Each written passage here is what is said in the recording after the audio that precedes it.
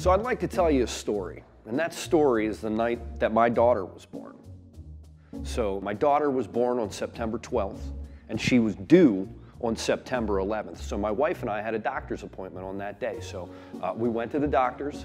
He took a look at my wife and said, hey, look, you're not dilated. This baby's not coming anytime soon, so go home. We're gonna call you tomorrow, and we're gonna schedule an induction for next week. Now, I'm not talking Hall of Fame induction, okay? I'm talking about a baby and a needle, okay? So we get in the car, and we're on our way home. And I get a call from a buddy of mine. He says, hey man, I got Ravens Steelers tickets for tomorrow night. So I look at my wife and I say, babe, can I go? And she says, yeah, under one condition. And I said, anything, babe, name it. And she goes, don't drink.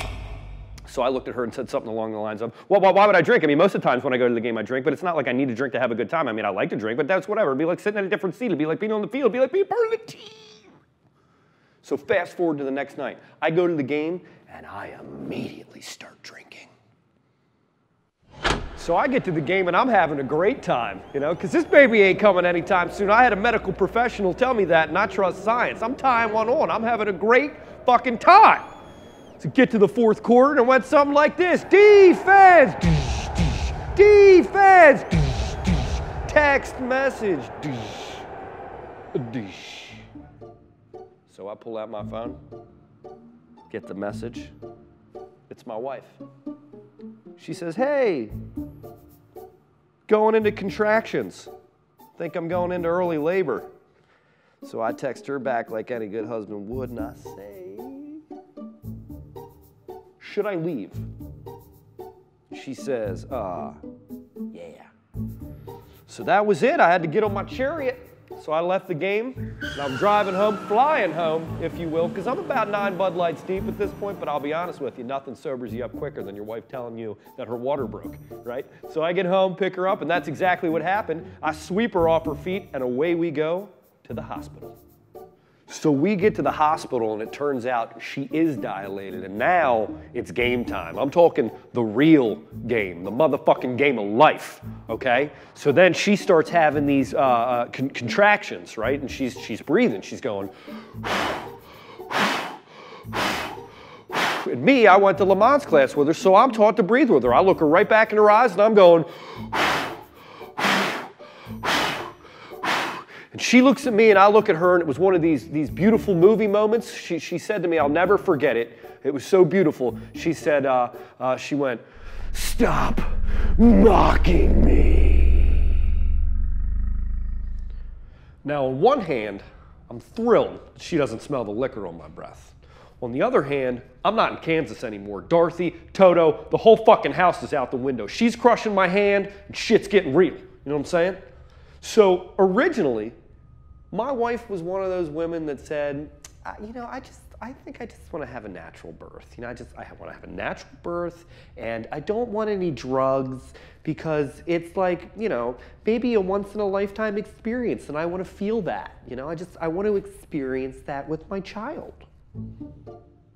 So we're not 5 minutes down the rabbit hole when my wife calmly turns and looks at me and says something along the lines of, drugs!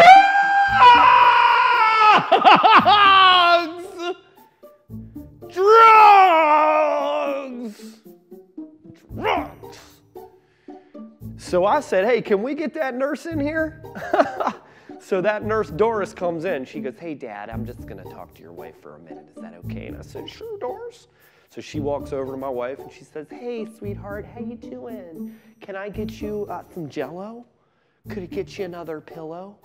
Could I get you something to drink? A little cranberry juice. My wife says, no, Doris, no. I just want the drugs. Can I please have the drugs, please? I just want the drugs. And Doris says, yeah, I'm gonna get the anesthesiologist and he'll be here lickety-split, okay? And so then she turns to me and she says, Dad, can I see you over here for a second? And I said, sure, Doris. So she goes, hey, Dad, listen. The anesthesiologist is on the other side of the hospital, and he's not gonna be here for about 45 minutes. So I looked at her and I said, fuck you, Doris! You can't leave me like this. And she goes, okay, Dad, see you later. I'm going, Doris, where are you going? Doris, come back. The door's slowly closing. Doris! Click, turn around. Hey, babe. So at this point, I'm in the room with Linda Blair from The Exorcist. All right, her head's fucking spinning around. She's spewing shit all over me, and it's getting crazy. And I'm like, can we get that fucking anesthesiologist in here? 45 minutes goes by. My hands are a bluish hue, all right? Crushed, along with my pride and my manhood, okay? So finally, the anesthesiologist gets to that side of the hospital, and he just barges right in. He just kicks the door in and just goes, he walks in, his name's Andy, and he's super Southern, super gay, and he's super awesome. And he walks in, and this is what he told me. He says, Dad, I'm gonna need you over here. You over here. I said, I'm over here.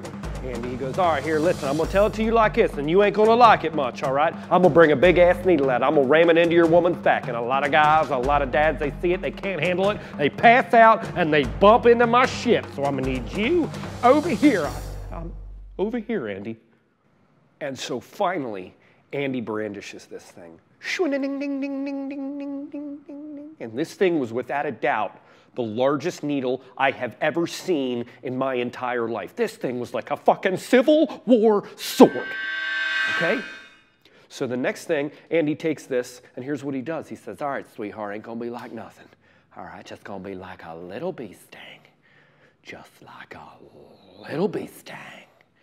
You ready? Here it comes. Boop. And my wife said something like,